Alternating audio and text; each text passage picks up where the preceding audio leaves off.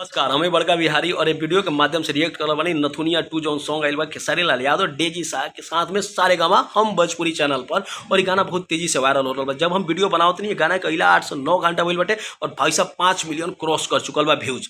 गइल पवन खेसारी अब बा भोजपुरी के बारी। तो रउरा काहे गाना के देखे के चाहिए, अगर नहीं देख ले तो हमारा पूरा वीडियो के देखम तो रोरा समझ में आ जी। भाई साहब भोजपुरी के सपोर्ट करे के समय आ चुकल बाटे और ये खेसारी लाल यादव के जौन गाना आइल बा हो सकता है कि भोजपुरी में एक बड़ा नाम बनावे, जो ना से भोजपुरी बड़ा होके।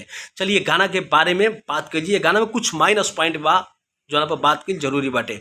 और ये गाना काहे तेजी से वायरल हो रहा बा, एकरा पीछे का कारण बा, चलिए पहले रुआ के हम ई बात बता दी। ये गाना में जे भी काम के लिए भाई साहब एक से बढ़ के एक सुपरस्टार बाटे। ये गाना के राइटर कृष्णा बेदर्दी, जरा बारे में रुआ पढ़े से जानत नहीं कि कितना बड़ा भोजपुरी के राइटर बनन। ये गाना के एक्टर सिंगर खेसारी लाल यादव, जरा बारे में बतैला की जरूरत नहीं कि कितना बड़ा स्टार बनन। ये गाना में जौन फीमेल काम की है एक्ट्रेस वही चर्चा में है, डेजी शाह, जो उनकी बॉलीवुड की एक चर्चित नाम है। गाना का चैनल जो सबसे ज़्यादा मायने रखता है सारेगामा हम भोजपुरी, जो आपके पता बारी कि भोजपुरी के कितना बड़ा चैनल बाटे। और गाना में अच्छा खासा खर्चा भी कल गई बाटे। और सबसे बड़ा हम क्रेडिट देम एक गाना के जे भी एडिटर बा, भाई साहब मास्टरमाइंड आदमी है। पहले रुआ के छोटा सा क्लिप देखा होते खुद समझ में आ जाए। भैया प्रणाम, आज उनका शादी है, जल्दी जाए राउर राह देखा तारी। जौन एक्सप्रेशन रहे, जौन एडिटिंग रहे भाई साहब माइंड ब्लोइंग है। एडिटर के इसलिए हम क्रेडिट देना चाहते हैं कि आपको पता है कि कोई भी वीडियो 15 से 20 सेकंड जो स्टार्टिंग का होता है वही मेन पंच पॉइंट होता है। अगर वहां तक रोक लिया आप व्यूअर को तो भाई साहब आप सक्सेस है। और स्टार्टिंग का ही जो एडिटिंग है भाई साहब आपको मजबूर कर देगा आगे देखने के लिए। सेकेंड सीन बाइक पर खेसारी लाल यादव, भाई साहब टैटू बात के लिए बहुत जरूरी बा। ऐसे कि बात करे खतरा यूँ उस दिखावल गई बटे, टैटू लगावल गई बा बॉडी पर। खेसारी लाल का यह बॉडी परफेक्ट है और उस पर टैटू भी अच्छा लग रहा है, एकदम जबरदस्त है। सेकंड सीन बाइक वाला बहुत अच्छा बाटे। ओकरा थर्ड सीन जो ना आपके 20 सेकंड के अंदर ही मिला ताटे, डेजी शाह के वो चेहरा के ग्लो, चेहरा के एक्सप्रेशन, चेहरा के हंसी भाई साहब आपके एकदम मिजाज बना दी।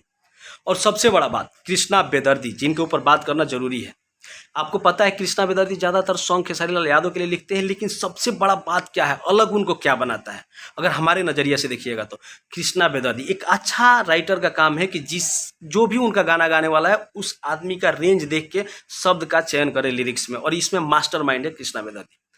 जौना हिसाब से एमे गायकी लागत है खेसारी लाल यादव के, जितना कंफर्टेबल जोन में लागत है ओकर क्रेडिट जाता है कृष्णा बेदर्दी के। जौना हिसाब से उस शब्द के चयन के लिए बना बहुत अच्छा शब्द के खेसारी लाल यादव के सिंगिंग रेंज के हिसाब से अच्छा चयन के लिए बना तो कृष्णा बेदर्दी। लेकिन एक गलती के लिए बना जो माइनस पॉइंट बा गाना के, आप जानत नहीं कि ये बड़ा लेवल पर गाना आइल बाटे, बड़ा चैनल पर गाना आइल बाटे, बड़ा हो सकता है ये गाना।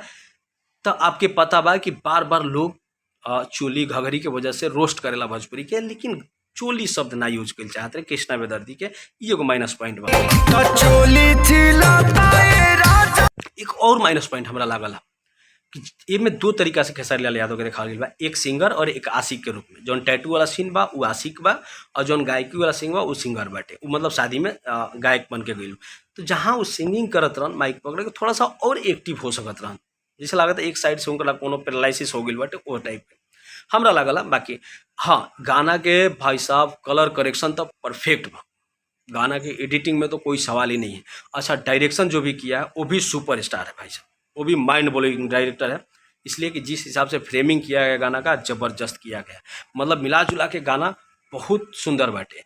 एक गाना जौन की भोजपुरी में लोग मिस कर गिलन, बहुत कम व्यूज बा, ये से हम कहते हैं जौना हिसाब से गाना बाटे भाई साहब वो गाना पर बहुत कम व्यूज बा। पवन सिंह के गाना जौन यसी फिल्म से आयल रहे वो गाना बहुत जबरदस्त है, ओकरा के ध्यान से सुनी। जौना रेंज के गाना बाटे वो रेंज से व्यूज नहीं खे गई तो गाना के जाके भी रोरा सुने के चाहिए। बाकी ये गाना के जाकर नथुनिया 2 के सपोर्ट करी, गाना ट्रेंडिंग में बाटे और ये गाना एक नाम मतलब भोजपुरी के एक बड़ा गाना में भी शामिल हो सका था अगर सब लोग के सपोर्ट रहा तब अपना भोजपुरी के बड़ा करे के बाद तब।